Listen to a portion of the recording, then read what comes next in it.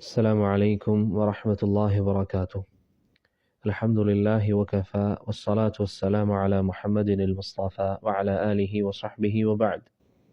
ബഹുമാന്യരായ സഹോദരങ്ങളെ, കഴിഞ്ഞ ദർസുകളിൽ ഫിഖ്ഹിനെ കുറിച്ച് ചില ആമുഖങ്ങൾ നാം സംസാരിച്ചിരുന്നു.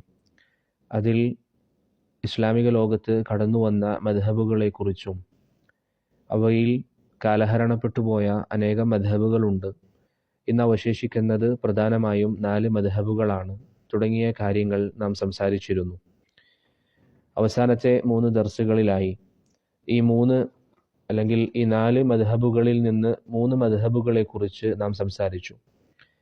അബൂ ഹനീഫ റഹിമഹുള്ളയുടെയും ഇമാം ഷാഫിഈയുടെയും ഇമാം മാലിക്കിൻ്റെയും മദ്ഹബുകളെക്കുറിച്ച് കഴിഞ്ഞ ദർസുകളിൽ നാം സംസാരിച്ചിരുന്നു. ഈ മദ്ഹബുകളെക്കുറിച്ചും ഈ ഉലമാക്കളെക്കുറിച്ചും, അഥവാ ആരിലേക്കാണോ മദ്ഹബുകൾ ചേർത്തു പറയപ്പെടുന്നത് ആ പണ്ഡിതന്മാരെക്കുറിച്ചും വളരെ ലളിതമായി ചില കാര്യങ്ങൾ നാം പറഞ്ഞു. അല്ലാഹു സുബ്ഹാനഹു വ തആല കാര്യങ്ങളെ നല്ല നിലയിൽ മനസ്സിലാക്കാനും നമ്മുടെ പണ്ഡിതന്മാരുടെ ജീവിതങ്ങളിൽ നിന്ന് ഗുണപാഠങ്ങൾ ഉൾക്കൊണ്ടുകൊണ്ട് അവരുടെ മാർഗങ്ങളിൽ സഞ്ചരിക്കാനും നമുക്കേവർക്കും തൗഫീഖ് നൽകി അനുഗ്രഹിക്കുമാറാകട്ടെ. ഇന്ന് നമുക്ക് ബാക്കിയുള്ളത് ഈ 4 മദ്ഹബുകളിൽ നിന്ന് ബാക്കിയുള്ളത് 4ാമത്തെ മദ്ഹബാണ്, അൽ മദ്ഹബുൽ ഹംബലി.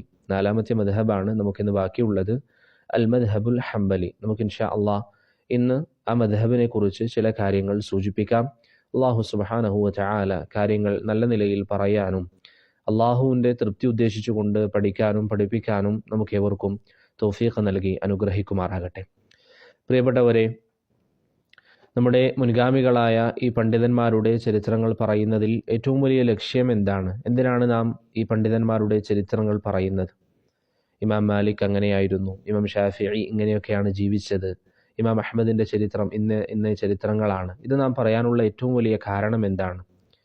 അവരെക്കുറിച്ച് അറിയുക എന്നത് മാത്രമല്ല, അതോടൊപ്പം ഇതിൽ ഉദ്ദേശിക്കപ്പെടുന്ന വളരെ പ്രധാനപ്പെട്ട ഒരു ഉദ്ദേശം എന്നത് അവരുടെ ജീവിതത്തിൽ നിന്ന് ഗുണപാഠം ഉൾക്കൊണ്ടുകൊണ്ട് നമുക്ക് അള്ളാഹു നൽകിയിരിക്കുന്ന അനുഗ്രഹങ്ങളുടെ വലിപ്പം മനസ്സിലാക്കാനും നമുക്കും നമ്മളെ കൊണ്ടാകുന്ന നിലയിൽ ചെറിയ ഒരു ഖിദ്മത്താണെങ്കിലും ഈ ദീനിനു വേണ്ടി ചെയ്യണം എന്നൊരു തീരുമാനമെടുക്കാൻ ഈ ചരിത്രങ്ങൾ നമ്മെ സഹായിക്കണം. അതിനുവേണ്ടിയാണ് ഈ ചരിത്രങ്ങൾ നാം പറയുന്നത്. ഇമാം ഷാഫിഈ അദ്ദേഹത്തിൻ്റെ ജീവിതത്തിൽ ഇങ്ങനെയൊക്കെ ആയിരുന്നു, ഇങ്ങനെ വലിയ പ്രയാസങ്ങൾ അനുഭവിച്ചിട്ടുണ്ട്. ഇമാം മാലിക് അദ്ദേഹത്തിൻ്റെ ദീനിൻ്റെ മജാലിസുകൾ ഇങ്ങനെയൊക്കെയാണ്, അദ്ദേഹം ദീന് പഠിക്കാൻ കൂടുതൽ ശ്രദ്ധ കാണിച്ചിരുന്നു. ഇതൊക്കെ നമ്മൾ പറയുന്നത് ആ ഗുണങ്ങൾ നമ്മിൽ ഉണ്ടാക്കിയെടുക്കാനാണ്. കാരണം ഇതാണ് നമുക്ക് ബാക്കിയാവുകയുള്ളൂ. നിങ്ങളൊന്ന് നോക്കിയാൽ ഇമാം മാലിക്കിൻ്റെ കാലഘട്ടത്തിൽ വേറെയും എത്ര ആളുകൾ അന്ന് ജീവിച്ചിരുന്നു? ധാരാളം സമ്പന്നരായ പണക്കാരായ ആളുകൾ അന്ന് ജീവിച്ചിരുന്നിട്ടുണ്ട്. ഒരു പക്ഷേ ഇമാം മാലിക് റഹിമഹുല്ലക്ക് അന്ന് ലഭിച്ചിരിക്കുന്ന അതേ ബഹുമാനം ലഭിച്ച പണക്കാരായ സമ്പന്നരായ ആളുകൾ അന്നുണ്ടായേക്കാം, അല്ലെങ്കിൽ അതിനേക്കാളും ആളുകൾ ബഹുമാനിച്ചിരുന്ന സമ്പന്നരായ ആളുകൾ അന്ന് ജീവിച്ചിട്ടുണ്ടാവാം.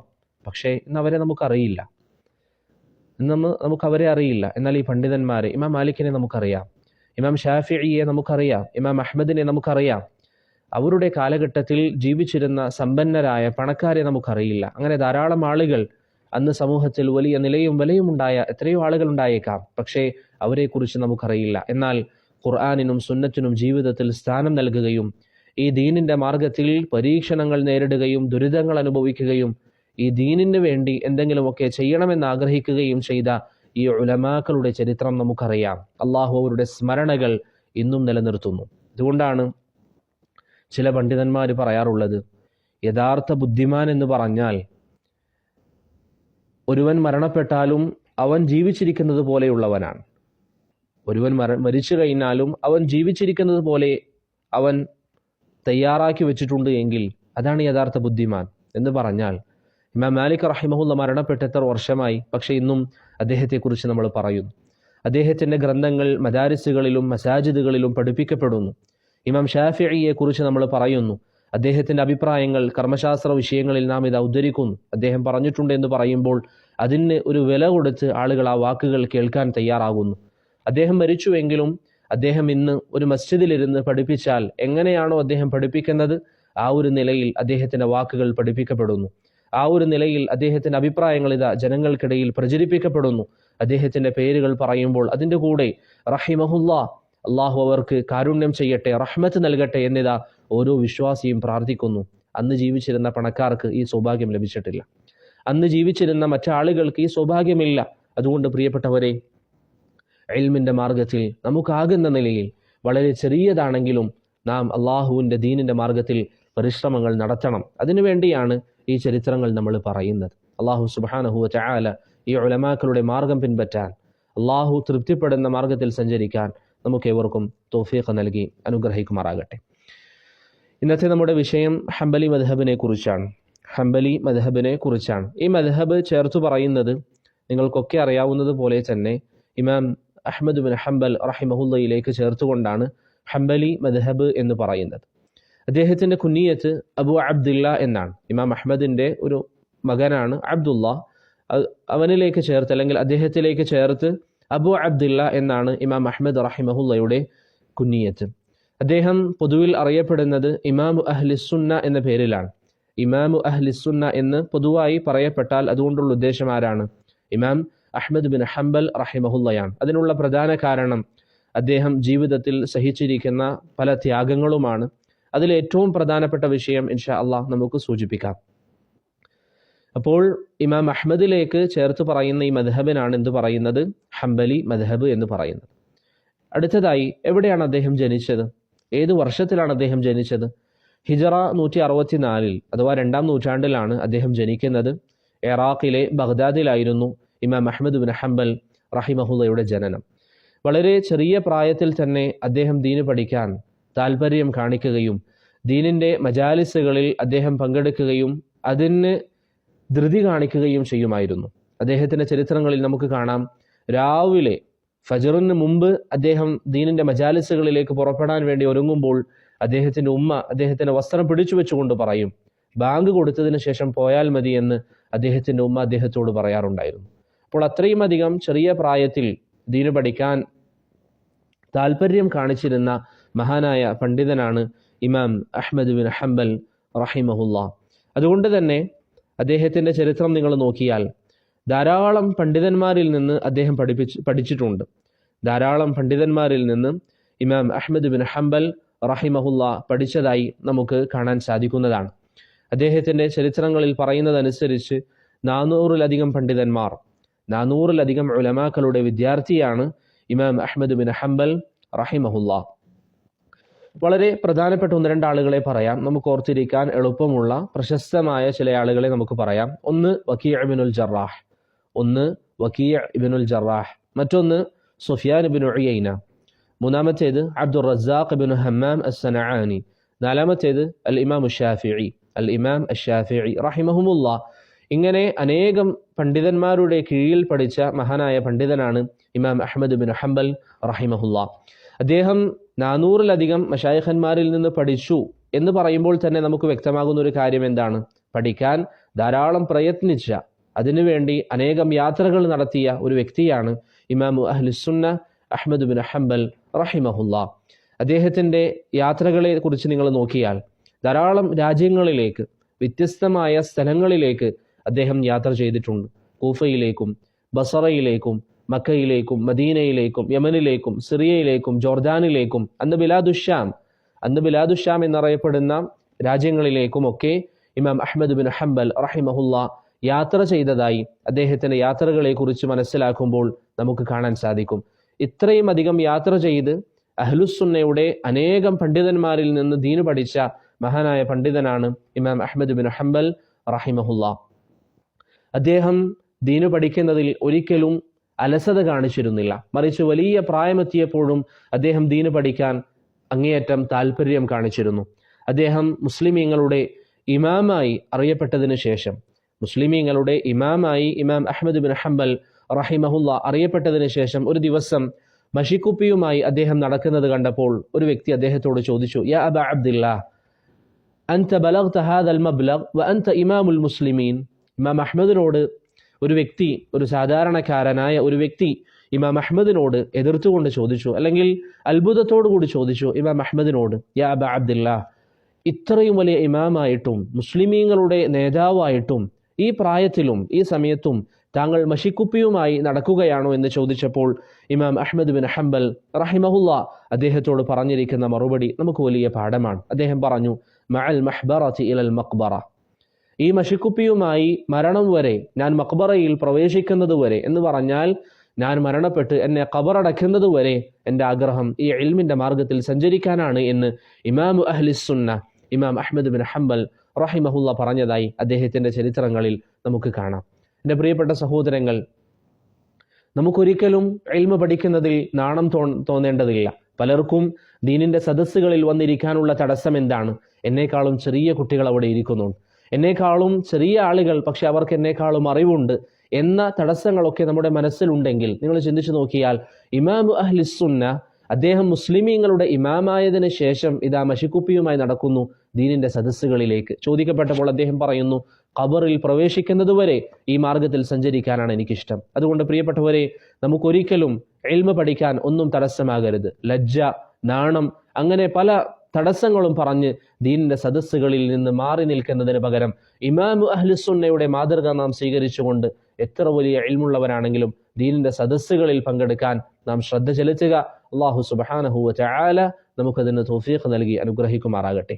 അപ്പോൾ ഇമാം അഹ്മദിന്റെ ഉസ്താദുമാരെ കുറിച്ച് നമ്മൾ പറഞ്ഞു. ഇനി അദ്ദേഹത്തിന്റെ വിദ്യാർത്ഥികൾ, അദ്ദേഹത്തിന് ധാരാളം വിദ്യാർത്ഥികൾ ഉണ്ടായിരുന്നു. ചരിത്രങ്ങളിൽ നമുക്ക് കാണാം, അദ്ദേഹത്തിന്റെ മജ്ലിസുകളിൽ, അദ്ദേഹം പഠിപ്പിക്കുന്ന സദസ്സുകളിൽ 5000-ഓളം ആളുകൾ പങ്കെടുക്കാറുണ്ടായിരുന്നു, അല്ലെങ്കിൽ അതിലധികം ആളുകൾ പങ്കെടുക്കാറുണ്ട്. അതിൽ പലരും പങ്കെടുക്കുന്നതിന്റെ ഉദ്ദേശം എന്താണ്? ഇമാം അഹ്മദിന്റെ അദബ് പഠിക്കാനാണ്. അദ്ദേഹം ദീനി വിഷയങ്ങൾ എങ്ങനെയാണ് കൈകാര്യം ചെയ്യുന്നത്, നബി സല്ലല്ലാഹു അലൈഹി വസല്ലമ തങ്ങളുടെ ഹദീസുകൾ എങ്ങനെയാണ് അദ്ദേഹം കൈകാര്യം ചെയ്യുന്നത്, അദ്ദേഹം ഒരു സദസ്സിൽ ഇരിക്കുമ്പോൾ ആ സദസ്സിൽ അദ്ദേഹം കാണിക്കുന്ന മര്യാദകൾ എന്താണ്, ഇതൊക്കെ പഠിക്കാൻ അനേകം ആളുകൾ അദ്ദേഹത്തിന്റെ സദസ്സുകളിൽ പങ്കെടുക്കാറുള്ളതായി നമുക്ക് കാണാം. അത് മുൻഗാമികൾക്കിടയിൽ പൊതുവായി ഉണ്ടായിരുന്ന ഒരു സ്വഭാവമാണ്. നിങ്ങൾ കേട്ടിട്ടുണ്ടാകും ചില പണ്ഡിതന്മാരൊക്കെ പറയുന്നത്, ഞാൻ 20 വർഷം അദബ് പഠിച്ചു, 10 വർഷം ഇൽമു പഠിച്ചു. കാരണം അദബിന് അവർ വലിയ സ്ഥാനം നൽകിയിരുന്നു. അദബില്ലാതെ ഇൽമുണ്ടായാൽ എന്ത് കാര്യമാണ്? അദബില്ലാതെ ഇൽമുണ്ടായാൽ അതൊരു പക്ഷേ ആ വ്യക്തിക്ക് ദോഷമുണ്ടാക്കും.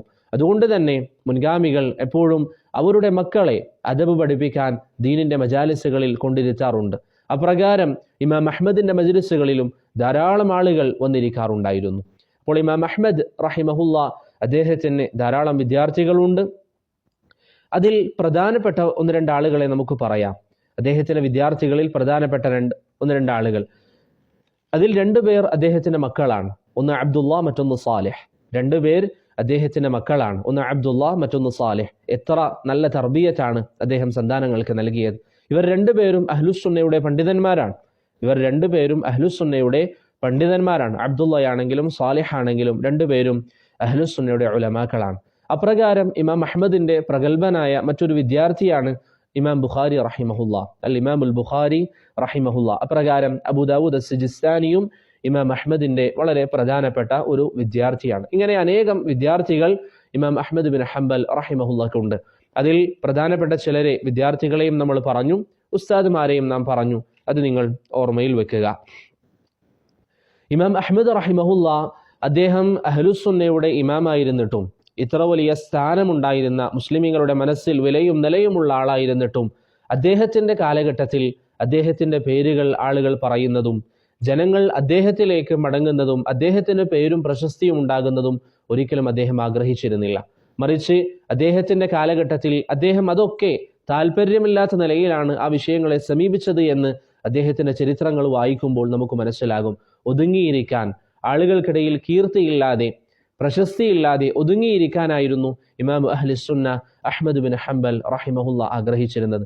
അതുകൊണ്ട് തന്നെ അദ്ദേഹം പഠിപ്പിച്ചിരിക്കുന്ന കാര്യങ്ങൾ, അദ്ദേഹത്തിന്റെ ഫിഖ്ഹുകളും അദ്ദേഹത്തിന്റെ ഫതാവകളും പിൽക്കാലഘട്ടത്തിൽ അബൂബക്കർ അൽ ഖല്ലാൽ റഹിമഹുല്ലയാണ് ക്രോഡീകരിച്ചിരിക്കുന്നത്. അബൂബക്കർ അൽ ഖല്ലാൽ റഹിമഹുല്ലയാണ് ക്രോഡീകരിച്ചത്. അതുപോലെ ഇമാം അഹ്മദിന്റെ കാലഘട്ടത്തിൽ നടന്ന വളരെ ചരിത്ര പ്രസിദ്ധമായ ഒരു സംഭവമാണ് നേരത്തെ നാം പറഞ്ഞ ഖുർആൻ അള്ളാഹുവിന്റെ സൃഷ്ടിയാണോ എന്ന വാദത്തെക്കുറിച്ചുണ്ടായിരിക്കുന്ന സംസാരങ്ങൾ. നേരത്തെ നമ്മൾ സൂചിപ്പിച്ചു, ഇമാമു അഹ്ലുസുന്ന എന്ന് പേര് വരാനുള്ള കാരണങ്ങളിൽ ഒരു കാരണം ഈ വിഷയമാണ്. ഖുർആൻ അള്ളാഹുവിന്റെ സൃഷ്ടിയാണ്. സൃഷ്ടിവാദം ഉടലെടുത്തത് ഇമാം അഹ്മദ് ബിൻ ഹംബൽ റഹിമഹുല്ലയുടെ കാലഘട്ടത്തിലാണ്. നിങ്ങൾക്കറിയാം, അദ്ദേഹം ജീവിച്ചിരുന്നത് അബ്ബാസി ഭരണകൂടത്തിലായിരുന്നു. ഇമാം അഹ്മദ് ബിൻ ഹംബൽ റഹിമഹുല്ല ജീവിച്ചത് അബ്ബാസി ഭരണകൂടത്തിലാണ്. ഏകദേശം 8ഓളം അബ്ബാസി ഭരണാധികാരികളുടെ കൂടെ അവർക്ക് സമകാലികരായി ജീവിച്ച പണ്ഡിതനാണ് ഇമാം അഹ്മദ് ബിൻ ഹംബൽ റഹിമഹുല്ല. അതിൽ 5 പേർ അഹ്ലുസുന്നയുടെ അഖീദയിലായിരുന്നു. മഹദിയും ഹാദിയും റഷീദും അമീനും മുതവക്കിലും അഹ്ലുസുന്നയുടെ മൻഹജിലാണ്. എന്നാൽ ബാക്കി 3 പേരാണ് ഖൽഖുൽ ഖുർആനിന്റെ വിഷയത്തിൽ, ഖുർആൻ അള്ളാഹുവിന്റെ സൃഷ്ടിയാണ് എന്ന വിഷയത്തിൽ വാദം സ്വീകരിക്കുകയും ഇമാം അഹ്മദിനെയും മറ്റു പല പണ്ഡിതന്മാരെയും പലതരത്തിലുള്ള ദ്രോഹങ്ങൾ ഏൽപ്പിക്കുകയും ചെയ്തിട്ടുള്ളത്. അപ്പോൾ പ്രിയപ്പെട്ടവരെ, ഖുർആൻ അള്ളാഹുവിന്റെ സൃഷ്ടിയാണ് എന്ന വാദം മുഅ്തസിലിയാക്കൾ കൊണ്ടുവന്ന വാദം, അത് അവർ പറയാൻ പല പശ്ചാത്തലങ്ങളുമുണ്ട്, പലതരത്തിലുള്ള പ്രേരണകളും അതുപോലെ തന്നെ പലതരത്തിലുള്ള കാരണങ്ങളും അതിന് പിന്നിലുണ്ട്. മുഅ്തസിലകളുടെ അഭിപ്രായമാണ് ഖുർആൻ അള്ളാഹുവിന്റെ സൃഷ്ടിയാണ്. പക്ഷെ അഹ്ലുസുന്നയുടെ വിശ്വാസം എന്താണ്? ഖുർആൻ അള്ളാഹുവിന്റെ കലാമാണ്, ഖുർആൻ അള്ളാഹുവിന്റെ സംസാരമാണ്, അത് അള്ളാഹുവിന്റെ സൃഷ്ടിയല്ല. അഹ്ലുസുന്ന ഈ വാദം തറപ്പിച്ചു പറഞ്ഞു. എന്തുകൊണ്ടാണ്? അള്ളാഹു പരിശുദ്ധ ഖുർആനിൽ നമുക്ക് പറഞ്ഞു തന്ന ആശയങ്ങളിൽ പെട്ടതാണ് ഖുർആൻ അള്ളാഹുവിന്റെ സംസാരമാണ്, അതൊരിക്കലും അള്ളാഹുവിന്റെ സൃഷ്ടിയല്ല. ഇത് റബ്ബ് നമുക്ക് പറഞ്ഞു തന്ന കാര്യമാണ്. അതിന് വിപരീതമായി ഖുർആൻ അള്ളാഹുവിന്റെ സൃഷ്ടിയാണെന്ന് പറയുമ്പോൾ അത് അള്ളാഹു പറഞ്ഞിരിക്കുന്ന കാര്യങ്ങളെ കളവാക്കലാണ്. അതുപോലെ നബി സല്ലല്ലാഹു അലൈഹി വസല്ലം നമുക്ക് പഠിപ്പിച്ചു തന്നിരിക്കുന്ന അദ്കാറുകളിൽ പെട്ടതാണ് അഊദു ബികലിമാത്തില്ലാഹി തമ്മാത്ത് തുടങ്ങിയ അദ്കാറുകൾ. അള്ളാഹുവിന്റെ കലിമത്തുകൾ കൊണ്ട് ഇസ്തിആദ ചെയ്യുക എന്നുള്ളത് അത് ശരീഅത്ത് നമുക്ക് പഠിപ്പിച്ചു തന്നതാണ്.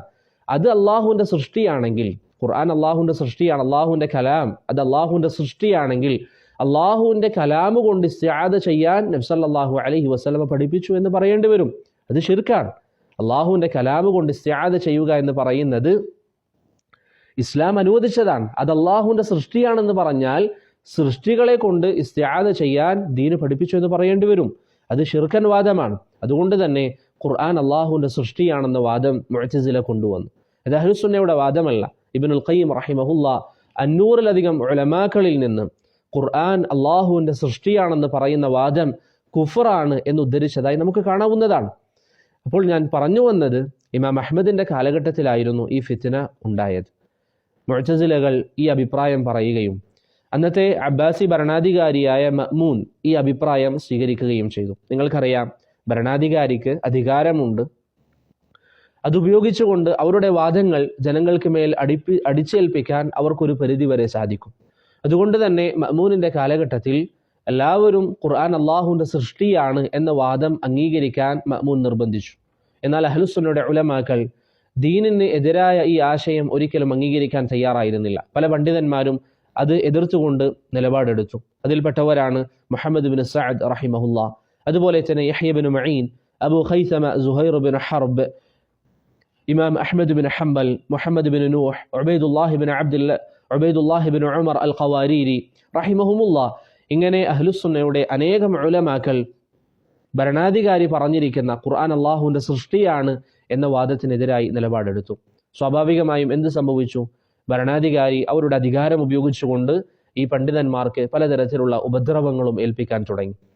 ഇങ്ങനെ അവർക്ക് ജീവന് ഭീഷണിയായപ്പോൾ പല പണ്ഡിതന്മാരും തൽക്കാലം ഭരണാധികാരിയെ തൃപ്തിപ്പെടുത്താൻ അവരുടെ മനസ്സുകൊണ്ട് അവർ അംഗീകരിക്കുന്നില്ല എങ്കിലും നാവുകൊണ്ട് ഭരണാധികാരി ഇഷ്ടപ്പെടുന്ന നിലയിൽ സംസാരിച്ചു. യഹ്യ ബിൻ മഈനിനെ പോലെയുള്ള, അബൂ ഖൈസമയെ പോലെയുള്ള പല ഉലമാക്കളും അത്തരത്തിൽ ജീവന് ഭീഷണിയായപ്പോൾ ഭരണാധികാരിയുടെ ഫിത്നയിൽ നിന്ന് രക്ഷപ്പെടാൻ അവർ തൽക്കാലം ചില സംസാരങ്ങൾ ഭരണാധികാരി ഉദ്ദേശിക്കുന്ന നിലയിൽ സംസാരം നടത്തി.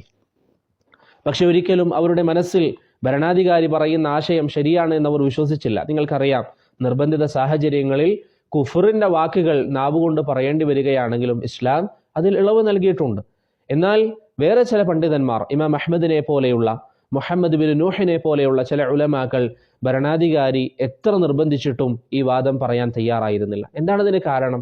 ഇമാം അഹ്മദിന്റെ തന്നെ ചില സംസാരങ്ങളിൽ വന്നതുപോലെ പണ്ഡിതന്മാർ എല്ലാവരും ഭരണാധികാരിക്ക് യോജിച്ചുകൊണ്ട് തൽക്കാലം ജീവരക്ഷ മുൻനിർത്തിക്കൊണ്ട് പറഞ്ഞതാണെങ്കിലും ഒരുപക്ഷെ ജനങ്ങൾ അതിൽ വഞ്ചിതരാകാൻ സാധ്യതയുണ്ട്. ജനങ്ങൾ വിചാരിക്കും ഇതാണ് ശരി. കാരണം പരസ്യമായി എല്ലാ പണ്ഡിതന്മാരും ഈ അഭിപ്രായം പറഞ്ഞാൽ അവരുടെ മനസ്സുകളിൽ അവർ ഒളിപ്പിച്ചിരിക്കുന്ന കാര്യം എല്ലാവരും അറിയണമെന്നില്ല. അതുകൊണ്ട് തന്നെ ഇമാം അഹ്മദ് ബിൻ ഹംബൽ റഹിമഹുല്ലാ ഭരണാധികാരി പറയുന്ന വാക്കുകൾ പറയാൻ അദ്ദേഹത്തെ തൽക്കാലം രക്ഷപ്പെടാൻ വേണ്ടി തൃപ്തിപ്പെടുത്താൻ പോലും ഇമാം അഹ്മദിനെ പോലെയുള്ള മുഹമ്മദ് ബിൻ നൂഹിനെ പോലെയുള്ള പണ്ഡിതന്മാർ തയ്യാറായിരുന്നില്ല. അങ്ങനെ മഅ്മൂനിൻ്റെ അരികിലേക്ക് ഇമാം അഹ്മദിനെയും മുഹമ്മദ് ബിൻ നൂഹിനെയും കൊണ്ടുവരാൻ കൽപ്പിക്കപ്പെട്ടു. അതിനുശേഷമാണ് അവർക്ക് കഠിനമായ പരീക്ഷണങ്ങൾ ആരംഭിക്കുന്നത്, അല്ലെങ്കിൽ ആ ഒരു സമയത്താണ് കഠിനമായ പരീക്ഷണങ്ങൾ ആരംഭിക്കുന്നത്.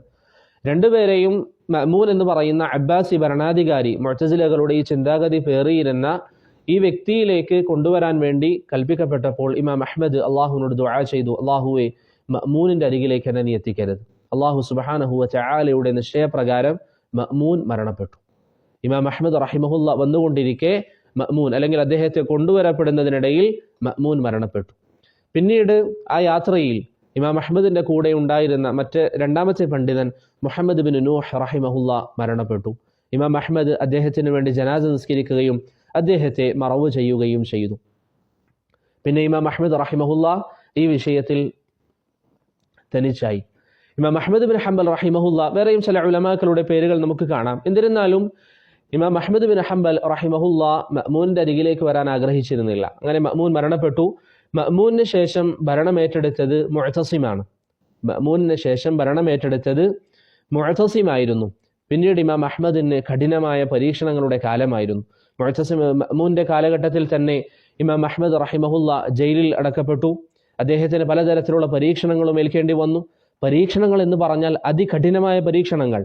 ഇമാം അഹ്മദിനെ ചാട്ടവാറടിച്ച വ്യക്തി പറയാറുണ്ട്, ഞാൻ ഈ അടിച്ച അടിയെങ്ങാനും ഒരാനയെ അടിച്ചിരുന്നുവെങ്കിൽ ആ ആനക്ക് അത് താങ്ങാൻ സാധിക്കുമായിരുന്നില്ല. അത്രയും കഠിനമായ അടിയായിരുന്നു രാജാവിൻ്റെ നിർദ്ദേശപ്രകാരം ഇമാം അഹ്മദിന് ഏൽക്കേണ്ടി വന്നിരുന്നത്. പക്ഷേ അദ്ദേഹം ഉറച്ചു നിന്നു. ഫിത്നയുടെ കാലഘട്ടത്തിൽ അദ്ദേഹം അതിൽ ഉറച്ചു നിന്നു. അദ്ദേഹത്തെ ഈ പറയുന്ന ഒരു പരീക്ഷണവും അദ്ദേഹത്തിൻ്റെ അഭിപ്രായങ്ങളെ മാറ്റാൻ സാധിച്ചിരുന്നില്ല. അദ്ദേഹം ഒരൊറ്റ നിലപാടിൽ അദ്ദേഹം ഉറച്ചു നിന്നു. മഅ്മൂനിൻ്റെ കാലഘട്ടം മുതൽ അദ്ദേഹം ഏകദേശം 28ഓളം വർഷം, അല്ലെങ്കിൽ 28 മാസം, അല്ലെങ്കിൽ 30 മാസത്തോളം ഇമാം അഹ്മദ് ബിൻ ഹംബൽ റഹിമഹുല്ല ജയിലിലായിരുന്നു. മുഅ്തസിം വന്നു. മുഅ്തസിമും ഇതേ അഭിപ്രായം സ്വീകരിച്ച വ്യക്തിയായിരുന്നു. ഖുർആൻ അള്ളാഹുവിൻ്റെ സൃഷ്ടിയാണെന്ന് പലതരത്തിലുള്ള പ്രയാസങ്ങൾ ഇമാം അഹ്മദിന് നേരിടേണ്ടി വന്നെങ്കിലും ഒരു റമദാൻ മാസത്തിൽ ഇമാം അഹ്മദിനെ ജയിലിൽ നിന്ന് മോചിതനാക്കി. ഏകദേശം 2 വർഷവും 4 മാസവും അദ്ദേഹം ജയിലിൽ കിടന്ന ശേഷം ഇമാം അഹ്മദ് ബിൻ ഹംബൽ റഹിമഹുല്ലയെ ഇമാം അഹ്മദ് റഹിമഹുല്ല അത്രയും 2.5 വർഷത്തോളം ജയിൽവാസത്തിന് ശേഷം ഇമാം അഹ്മദ് റഹിമഹുല്ല പുറത്തേക്ക് ഇറങ്ങി. കുറച്ച് അദ്ദേഹത്തിന് ഈ ഏറ്റിരിക്കുന്ന പരീക്ഷണങ്ങളും ബുദ്ധിമുട്ടുകളും കാരണം ശരീരത്തിന് പരിക്കുകൾ ഉണ്ടായിരുന്നു. ഈ പരിക്കുകളിൽ നിന്ന് അദ്ദേഹത്തിന് കുറച്ച് ശമനം ലഭിച്ചപ്പോൾ അദ്ദേഹം ദർസ് ആരംഭിച്ചു. പഠിപ്പിക്കാനും ദീന് പഠിപ്പിക്കാനും ഒക്കെ അദ്ദേഹം തുടങ്ങി. പിന്നീട് വന്ന ഭരണാധികാരിയായ മുഅ്തസിമിൻ്റെ മകനായ വാസിഖ് ബിനുൽ മുഅ്തസിം വരികയും ഇമാം അഹ്മദ് ബിൻ ഹംബൽ റഹിമഹുല്ല പഠിപ്പിക്കാൻ പാടില്ല, അദ്ദേഹം പഠിപ്പിക്കുന്നത് നിർത്തണം, അതുപോലെ തന്നെ അദ്ദേഹം ഫത്വ നൽകാൻ പാടില്ല, ജനങ്ങൾ അദ്ദേഹത്തിന് അരികിൽ വരാൻ പാടില്ല തുടങ്ങിയ വളരെ കഠിനമായ ചില നിയമങ്ങൾ കൊണ്ടുവന്നു. ഇമാം അഹ്മദിന് അത് വല്ലാതെ പ്രയാസമുണ്ടാക്കിയിരുന്നു. ആ ഒരു അവസ്ഥയിലാണ് വാസിഖ് മരണപ്പെടുന്നത് വരെ ഇമാം അഹ്മദ് ബിൻ ഹംബൽ റഹിമഹുല്ല ആ ഒരു അവസ്ഥയിലായിരുന്നു. ഈ സമയത്തും ഭരണാധികാരി പറയുന്ന കാര്യം ഇമാം അഹ്മദിന്റെ ചില സംസാരങ്ങളിൽ കാണാം. ഇമാം വാസിഖിന്റെ അഭിപ്രായം എന്താണ്? ഖുർആൻ അള്ളാഹുവിന്റെ സൃഷ്ടിയാണ് എന്നുള്ളതാണ്. ഈ അഭിപ്രായം പറഞ്ഞിരുന്ന വാസിഖ് ഇമാം അഹ്മദ് റഹിമഹുല്ല പഠിപ്പിക്കാൻ പാടില്ല എന്ന് പറഞ്ഞപ്പോൾ ഇമാം അഹ്മദ് എന്ന് പറയാറുണ്ട്, ഞാൻ ഭരണാധികാരി അനുസരിക്കുന്നു എന്ന് പറഞ്ഞ് ഇമാം അഹ്മദ് റഹിമഹുല്ല ഭരണാധികാരിയെ അനുസരിച്ചുകൊണ്ട് പഠിപ്പിക്കുന്നതിൽ നിന്ന് മാറി നിന്നിരുന്നു. പിന്നീട് വാസിഖിന്റെ സഹോദരനായ മുതവക്കിൽ ഭരണമേറ്റെടുക്കുകയും മുതവക്കിലിലൂടെ അള്ളാഹു സുബ്ഹാനഹു വ തആല ഇമാം അഹ്മദിന് ഇസ്സത്ത് നൽകുകയും ചെയ്തു. ഈ ഫിത്നത്തു ഖൽഖിൽ ഖുർആൻ മുതവക്കിൽ കുഴിച്ചുമൂടി.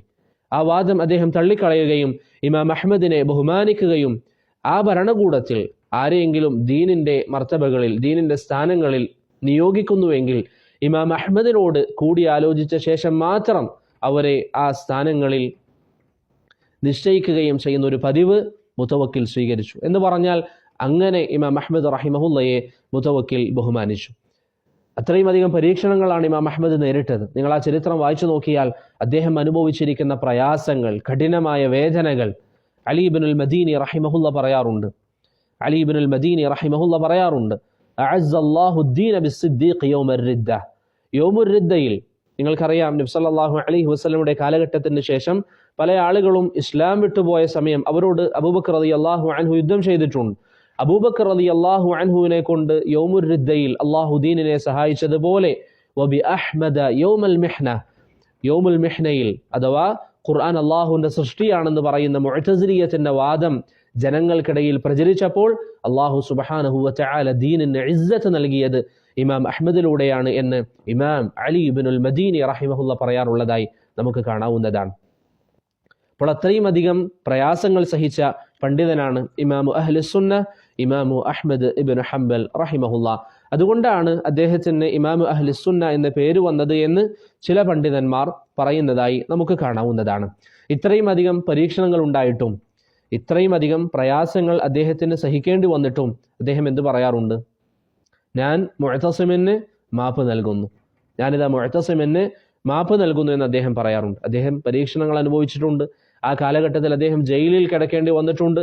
എന്നിട്ടും അദ്ദേഹം പറയുന്നു, ഞാനിതാ മുഅ്തസിമിന് മാപ്പ് നൽകുന്നു. ഏകദേശം 23 വർഷത്തോളം ഈ ഫിത്ന നിലനിന്നിരുന്നു. 23 വർഷം ഈ ഫിത്ന നിലനിന്നിരുന്നു. അപ്പോൾ അത്രയും കഠിനമായ അവസ്ഥകൾ അദ്ദേഹം തരണം ചെയ്യേണ്ടി വന്നിട്ടും പിന്നീട് അദ്ദേഹം അവർക്കൊക്കെ മാപ്പ് നൽകുകയും ചെയ്ത അവസ്ഥ നമുക്ക് കാണാവുന്നതാണ്. ഇതൊക്കെ നമുക്ക് വലിയ പാഠങ്ങളാണ്. ഈ പണ്ഡിതന്മാർ ദീനിന് വേണ്ടി എത്ര വലിയ ത്യാഗങ്ങളാണ് സഹിച്ചത്. അവർക്ക് വേണമെങ്കിൽ എന്ത് ചെയ്യാം?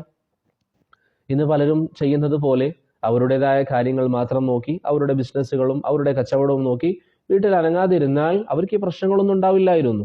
പക്ഷെ എന്തുകൊണ്ടാണ് അവർ ചെയ്തത്?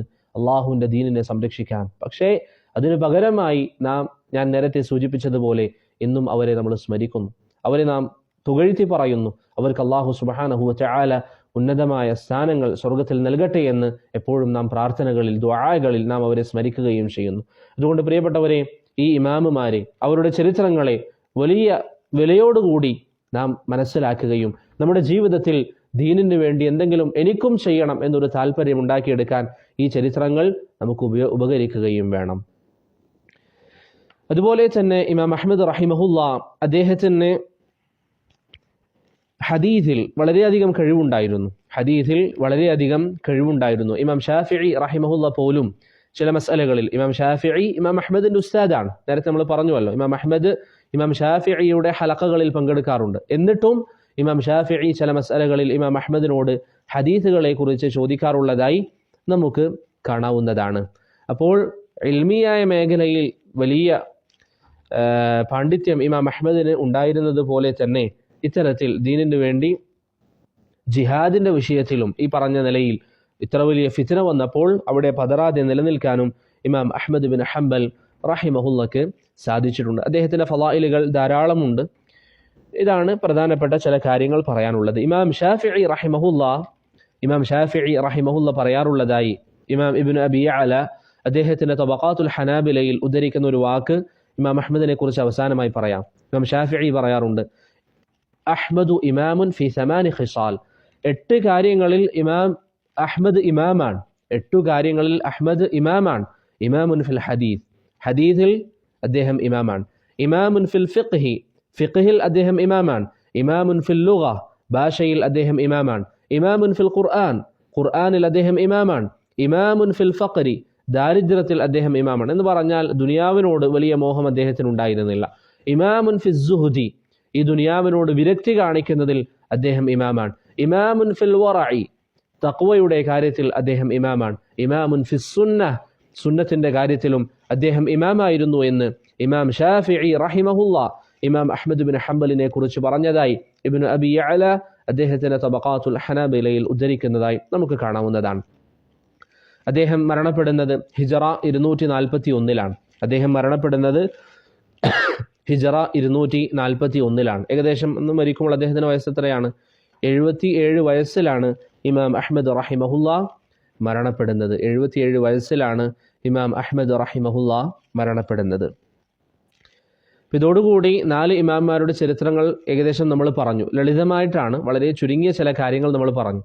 നമുക്ക് കേവലം അവരുടെ വയസ്സുകൾ മാത്രം ഒന്ന് പറയാം. ഇമാംമാരുടെ വയസ്സുകൾ മാത്രം ഒന്ന് പറയാം. ഇമാം അഹ്മദ് അല്ലെങ്കിൽ അബൂ ഹനീഫ തൊട്ട് തുടങ്ങിയാൽ, അബൂ ഹനീഫ റഹിമഹുല്ല ജനിക്കുന്നത് ഹിജറ 80-ലാണ്, മരണപ്പെടുന്നത് ഹിജറ 150-ലാണ്. 150-ൽ അഥവാ അദ്ദേഹം 70 വയസ്സിലാണ് മരണപ്പെട്ടത്. അബൂ ഹനീഫ റഹിമഹുല്ല 70-ാമത്തെ വയസ്സിലാണ് മരണപ്പെടുന്നത്. രണ്ടാമത്തേത് ഇമാം മാലിക്. ഇമാം മാലിക് ജനിക്കുന്നത് ഹിജറ 93-ലാണ്. ഹിജറ 93-ൽ, മരണപ്പെടുന്നത് ഹിജറ 179-ലാണ്. അപ്പോൾ ഇമാം മാലിക്കിൻ്റെ പ്രായം 86 വയസ്സാണ്. 86 വയസ്സ്. ഇമാം ഷാഫിഈ റഹിമഹുല്ല ജനിക്കുന്നത് ഹിജറ 150-ലാണ്, മരണപ്പെടുന്നത് 204-ലാണ്. അഥവാ അദ്ദേഹത്തിൻ്റെ വയസ്സ് 54 വയസ്സാണ്. ഇമാം അഹ്മദ് റഹിമഹുല്ല ജനിക്കുന്നത് 164-ൽ, മരണപ്പെടുന്നത് 241-ൽ. അദ്ദേഹത്തിൻ്റെ വയസ്സ് 77 വയസ്സാണ്. അപ്പോൾ മദ്ഹബിൻ്റെ ഉലമാക്കളിൽ ഏറ്റവും അധികം ജീവിച്ചതാരാണ്? ഇമാം മാലിക്കാണ്, 86 വയസ്സ്. പിന്നീട് ഇമാം അഹ്മദാണ്, 77 വയസ്സ്. പിന്നീട് അബൂ ഹനീഫ 70 വയസ്സ്. പിന്നെ ഇമാം ഷാഫിഈ റഹിമഹുല്ല 54 വയസ്സ്. ഇതാണ് ഈ പണ്ഡിതന്മാർ മരണപ്പെടുമ്പോൾ അവരുടെ പ്രായം. അടുത്തതായി ഇമാം അഹ്മദിനെ കുറിച്ച് ചില കാര്യങ്ങൾ നമ്മൾ പറഞ്ഞു. അടുത്തതായി ഹംബലി മദ്ഹബിൻ്റെ ഉസൂലുകൾ. ഒന്ന്, നാം പൊതുവെ പറയാറുള്ളത് പോലെ പരിശുദ്ധ ഖുർആനാണ്. രണ്ടാമത്തേത് റസൂലുള്ളാഹി സ്വല്ലല്ലാഹു അലൈഹി വസല്ലമ തങ്ങളുടെ ഹദീസാണ്. നബി സല്ലല്ലാഹു അലൈഹി വസല്ലമ തങ്ങളുടെ ഹദീസാണ്. ഈ പറയപ്പെട്ട മദ്ഹബിൻ്റെ ഉലമാക്കൾക്കിടയിൽ ഇമാം അബൂ ഹനീഫ, മാലിക്, ഷാഫിഈ, അഹ്മദ്, അവർക്കിടയിൽ ഹദീസ് കൊണ്ട് വളരെയധികം അറിയപ്പെട്ട ഒരു പണ്ഡിതനാണ് ഇമാം അഹ്മദ് റഹിമഹുല്ല. ഇമാം മാലിക്കും അറിയപ്പെട്ടിരുന്നു. അപ്രകാരം തന്നെ ഹദീസിൻ്റെ മേഖലയിൽ വലിയ കഴിവ് പണ്ഡിതന്മാരൊക്കെ സാക്ഷ്യം പറഞ്ഞ പണ്ഡിതനാണ് ഇമാം അഹ്മദ് ബിൻ ഹംബൽ റഹിമഹുല്ല. അപ്പോൾ ഹംബലി മദ്ഹബിൻ്റെ ഉസൂലുകൾ ഖുർആൻ, രണ്ടാമത്തേത് സുന്നത്ത്, മൂന്നാമത്തേത് ഇജ്മാ ആണ്. പൊതുവിൽ നമ്മൾ മദ്ഹബുകളിൽ പറയുന്നത് പോലെ. നാലാമത്തെ ഒരു കാര്യം ഈ മദ്ഹബിൽ നാലാമത്തെ ഒരു കാര്യം എന്താണ്? സഹാബത്തിന്റെ അഭിപ്രായം. ഹംബലി മദ്ഹബിന്റെ ഉസൂലുകളിൽ പെട്ടതാണ് സഹാബത്തിന്റെ അഭിപ്രായം. അവർ തെളിവായി പരിഗണിച്ചിരുന്നു. സഹാബത്തിന്റെ അഭിപ്രായം അവർ തെളിവായി പരിഗണിച്ചിരുന്നു. ഷാഫിഈ മദ്ഹബിലും ഏറ്റവും ശരിയായ അഭിപ്രായം ഇമാം ഷാഫിഈ അത് തെളിവായി പരിഗണിച്ചു എന്നുള്ളതാണ്. പക്ഷേ ഹംബലി മദ്ഹബിന്റെ കിതാബുകൾ നിങ്ങൾ നോക്കിയാൽ ധാരാളം മസ്അലകൾക്ക് അവർ അവലംബിച്ചത് തെളിവായി കൊടുക്കുന്നത് എന്തായിരിക്കും? സഹാബത്തിന്റെ അഭിപ്രായങ്ങളായിരിക്കും. അപ്പോൾ സഹാബത്തിന്റെ അഭിപ്രായങ്ങൾ സ്വീകരിക്കുന്നതിൽ വിശാലത കാണിച്ച ഒരു മദ്ഹബാണ്. അത് ശരിയാണ്, അത് ശരിയായ നിലപാടാണ്. വിശാലത കാണിച്ചു എന്ന് പറഞ്ഞാൽ അത് ശർഈ അംഗീകരിക്കാത്ത നിലയിൽ എന്ന് കരുതരുത്. മറിച്ച് സഹാബത്തിന്റെ അഭിപ്രായങ്ങൾ സ്വീകരിക്കുന്നതിൽ വളരെയധികം ശ്രദ്ധ കാണിച്ചിരുന്ന ഒരു മദ്ഹബാണ് ഇമാം അഹ്മദ് ബിൻ ഹംബൽ റഹിമഹുല്ലയുടെ മദ്ഹബ്. അതുകൊണ്ട് തന്നെ ഹംബലി മദ്ഹബിന്റെ ഉസൂലുകളിൽ എപ്പോഴും പ്രത്യേകമായി പറയുന്ന ഒരു കാര്യമാണ് സഹാബത്തിന്റെ അഭിപ്രായം എന്നുള്ളത്. അപ്രകാരം ഇമാം അഹ്മദിന്റെ മദ്ഹബിൽ ഖിയാസും തെളിവായിരുന്നു. പക്ഷേ ഖിയാസിന് അവർ സ്ഥാനം കൊടുക്കാറുള്ളത്, പൊതുവെ ഹംബലി മദ്ഹബ് പഠിക്കുന്ന ഒരു വിദ്യാർത്ഥിക്ക് മനസ്സിലാകും, ഹംബലി മദ്ഹബിൽ ഒരു വിഷയത്തിൽ നുസൂസുകളില്ല എങ്കിൽ, ഖുർആനിൽ നിന്നും സുന്നത്തിൽ നിന്നും വ്യക്തമായ വാക്കുകളില്ല, സഹാബത്തിന്റെ അഭിപ്രായങ്ങളും വന്നിട്ടില്ല എങ്കിൽ, അതുപോലെ തന്നെ വേറെയും ചില വിശദീകരണങ്ങളുണ്ട്, അതിനുശേഷമാണ് അവരെന്ത് ചെയ്യാറുള്ളത്? ഖിയാസിലേക്ക് കടക്കാറുള്ളത്. അതിനുശേഷമാണ് ഖിയാസിലേക്ക് പ്രവേശിക്കാറുള്ളത്. അപ്പോൾ ഹംബലി മദ്ഹബിൽ ഖുർആനും സുന്നത്തും ഇജ്മാഉം സഹാബത്തിന്റെ അഭിപ്രായങ്ങളും ഖിയാസുകളുമൊക്കെ ഹംബലി മദ്ഹബിൽ എന്താണ്? അവർ തെളിവായി പറയാറുള്ളതാണ്. പിന്നെ ഹംബലി മദ്ഹബിൽ മുർസൽ അനുസരിച്ച് അമൽ ചെയ്യും.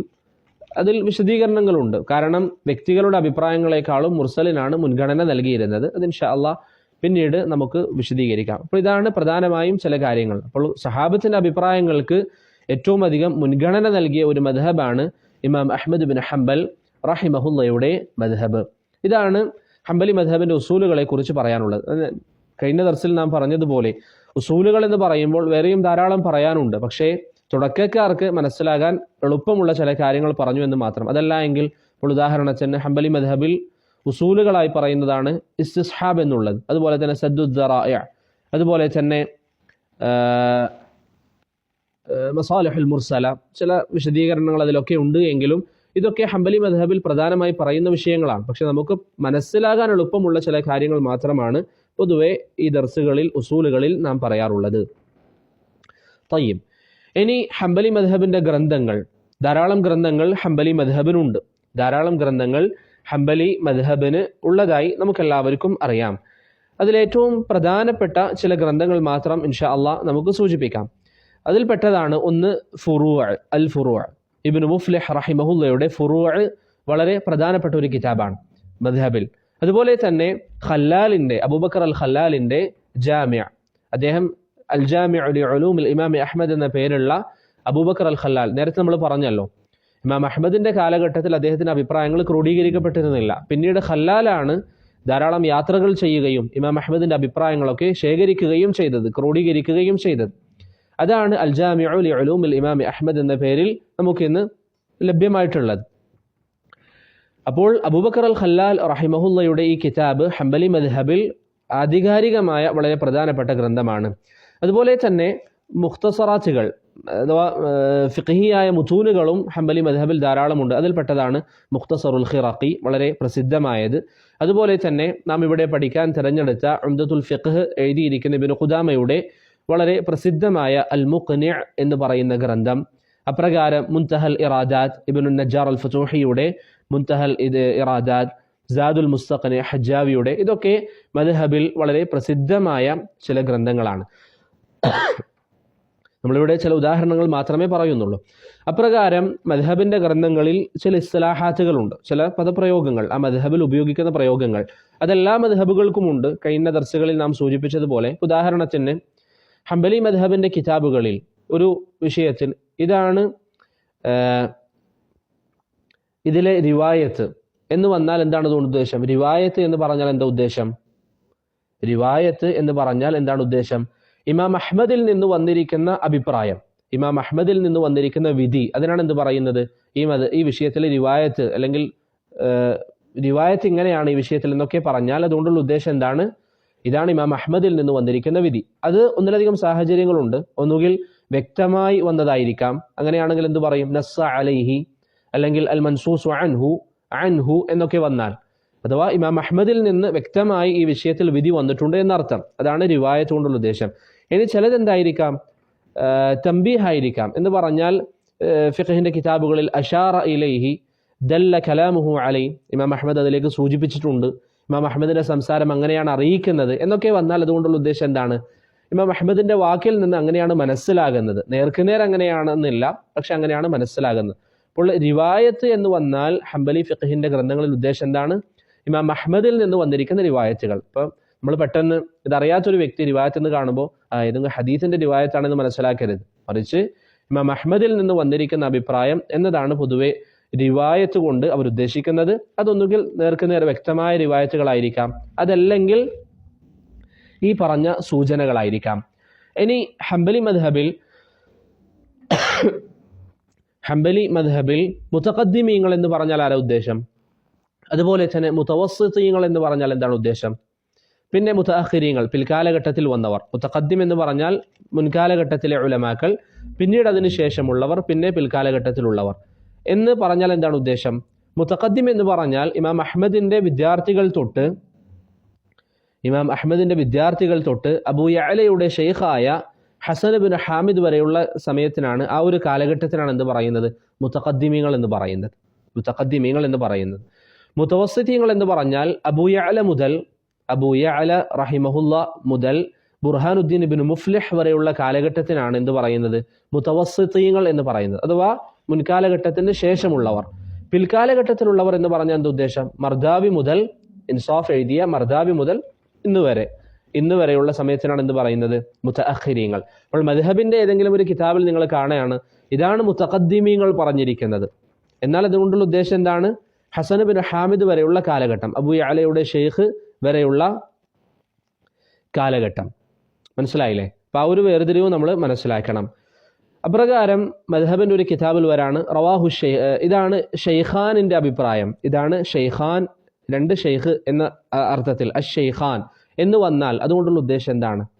നമ്മൾ അറിയാത്ത ഒരാളാണെങ്കിൽ പെട്ടെന്ന് എന്ത് മനസ്സിലാക്കും? ബുഖാരി, മുസ്ലിം എന്ന് മനസ്സിലാക്കാം, അങ്ങനെ മനസ്സിലാക്കാൻ സാധ്യതയുണ്ട്. പക്ഷേ ഹംബലി മദ്ഹബിന്റെ ഗ്രന്ഥങ്ങളിൽ ഷെയ്ഖാൻ എന്ന് പറഞ്ഞാൽ ഇബ്നു ഖുദാമയും ഇബ്നു തൈമിയയുമാണ് ഉദ്ദേശം. ഇനി വെറും ഷെയ്ഖ് പറഞ്ഞു എന്ന് പറഞ്ഞാൽ എന്താ ഉദ്ദേശം? ഷെയ്ഖ് പറഞ്ഞു, അതുകൊണ്ടുള്ള ഉദ്ദേശം മുതവസ്സിത്തീങ്ങളാണെങ്കിൽ, നേരത്തെ നമ്മൾ പറഞ്ഞല്ലോ ആരാണ് മുതവസ്സിത്ത്? മുതഖദ്ദിമീങ്ങൾക്ക് ശേഷമുള്ള ആ ഒരു മർത്തബക്കാണ് മുതവസ്സിത്ത് എന്ന് പറയുന്നത്. അവർക്കിടയിലാണ് ഷെയ്ഖ് എന്ന് പറഞ്ഞാൽ അതുകൊണ്ടുള്ള ഉദ്ദേശം ഇബ്നു ഖുദാമയാണ്. പിൽക്കാലഘട്ടത്തിൽ വന്നവർക്കിടയിലാണെങ്കിൽ ഷെയ്ഖ് എന്ന് പറഞ്ഞാൽ അതുകൊണ്ടുള്ള ഉദ്ദേശം എന്താണ്? ഷെയ്ഖുൽ ഇസ്ലാം ഇബ്നു തൈമിയ റഹിമഹുല്ലയാണ്. ഷെയ്ഖുൽ ഇസ്ലാം ഇബ്നു തൈമിയ റഹിമഹുല്ലയാണ്. അപ്രകാരം ഇപ്പോൾ മദ്ഹബിൻ്റെ ഒരു കിതാബ് നിങ്ങൾ വായിക്കുമ്പോൾ കണ്ടു ഷെയ്ഖുൽ മദ്ഹബ്. ഷെയ്ഖുൽ മദ്ഹബ് എന്താണ് അതുകൊണ്ടുള്ള ഉദ്ദേശം? 3ഓളം ആളുകൾക്ക് പ്രധാനമായും ഈ പേര് പറയാറുണ്ട്. മദ്ഹബിന്റെ ഷെയ്ഖ് എന്ന അർത്ഥം വരുന്ന ഷെയ്ഖുൽ മദ്ഹബ് 3ഓളം പണ്ഡിതന്മാർക്ക് പറയാറുണ്ട്. ഒന്ന് അൽ ഖാദി അബൂ യഅല, മറ്റൊന്ന് മുവഫഖ് ഇബ്നു ഖുദാമ, മൂന്നാമത്തേത് മർദാവി. ഈ 3 ആളുകൾക്കും എന്ത് പറയാറുണ്ട്? ഷെയ്ഖുൽ മദ്ഹബ് എന്ന് പറയാറുണ്ട്. ഇതാണ് ഹംബലി മദ്ഹബിന്റെ ചില ഇസ്തിലാഹാത്തുകൾ. ഇത് വളരെ പ്രധാനപ്പെട്ട ചില വിഷയങ്ങൾ മാത്രം സൂചിപ്പിച്ചതാണ്. കാരണം ഒരു ധാരണയുണ്ടാക്കാൻ ഇത് നിങ്ങൾ മനസ്സിലാക്കി കഴിഞ്ഞാൽ ഇതൊരു മിഫ്താഹായി, ഒരു താക്കോലായി കാണുക. ഫിഖഹിന്റെ കിതാബ് നിങ്ങൾ വായിക്കുമ്പോൾ ഈ ഒരു ശ്രദ്ധ നിങ്ങൾക്കുണ്ടാകണം. റിവായത്ത് എന്ന് കാണുമ്പോൾ പെട്ടെന്ന് ഹദീസ് ആണെന്ന് നമ്മുടെ ചിന്തയിൽ വരരുത്. അപ്രകാരം ഷെയ്ഖ് എന്ന് പറഞ്ഞാൽ അതാരാണ് ഉദ്ദേശം എന്ന് നമുക്ക് മനസ്സിലാകണം. ഷെയ്ഖാൻ എന്ന് കണ്ടാൽ അതുകൊണ്ടുള്ള ഉദ്ദേശം എന്താണ് നമുക്ക് മനസ്സിലാകണം. അപ്പോൾ മദ്ഹബുകൾക്ക് ഇങ്ങനെ ചില പ്രയോഗങ്ങൾ ഉണ്ട് എന്ന് മനസ്സിലാക്കലാണ് ഈ ചില ഉദാഹരണങ്ങൾ പറയുന്നതിൻ്റെ ലക്ഷ്യം. അവസാനമായി സൂചിപ്പിക്കാനുള്ള കാര്യം, നമ്മൾ പ്രധാനപ്പെട്ട ഗ്രന്ഥങ്ങൾ പറഞ്ഞുവല്ലോ. അതിനുശേഷം സൂചിപ്പിക്കാനുള്ള വിഷയം, ഇമാം അഹ്മദ് ബിൻ ഹംബൽ റഹിമഹുല്ലയുടെ മദ്ഹബ് അവസാനത്തെ മദ്ഹബായതുകൊണ്ട് തന്നെ താരതമ്യേനെ ബാക്കിയുള്ള മദ്ഹബുകളെക്കാളും പ്രചാരണം കുറവുള്ളത് ഹംബലി മദ്ഹബിനാണ്. പ്രചാരണം കുറഞ്ഞത് ഹംബലി മദ്ഹബിനാണ്. എന്നാലും പല സ്ഥലങ്ങളിലും ഇന്നുണ്ട്, അൽഹംദുലില്ലാഹ്, പല സ്ഥലങ്ങളിലും ഈ മദ്ഹബ് നിലനിൽക്കുന്നുണ്ട്. പ്രധാനമായും സൗദി അറേബ്യയിൽ നിങ്ങൾക്കറിയാം ഹംബലി മദ്ഹബിന്റെ ഗ്രന്ഥങ്ങളാണ് പ്രധാനമായും അവലംബിക്കപ്പെടുന്നതും പഠിപ്പിക്കപ്പെടുന്നതും. ഹംബലി മദ്ഹബിന്റെ കിതാബുകളാണ്. പല ജാമിഅകളിലും താരതമ്യ പഠനമാണ്, എല്ലാ മദ്ഹബുകളും പഠിപ്പിക്കും. എന്നാലും ഹംബലി ഫിഖ് സൗദി അറേബ്യയിൽ പല സ്ഥാപനങ്ങളിലും പഠിപ്പിക്കുന്നതായി നമുക്ക് കാണാവുന്നതാണ്. ഏകദേശം 8-ാം നൂറ്റാണ്ടിന് ശേഷമാണ് നജ്ദിലേക്ക് ഹംബലി മദ്ഹബ് കടന്നു വന്നത്. 8-ാം നൂറ്റാണ്ടിന് ശേഷമാണ് നജ്ദിലേക്ക് ഹംബലി മദ്ഹബ് കടന്നു വന്നതായി നമുക്ക് കാണുന്നത്.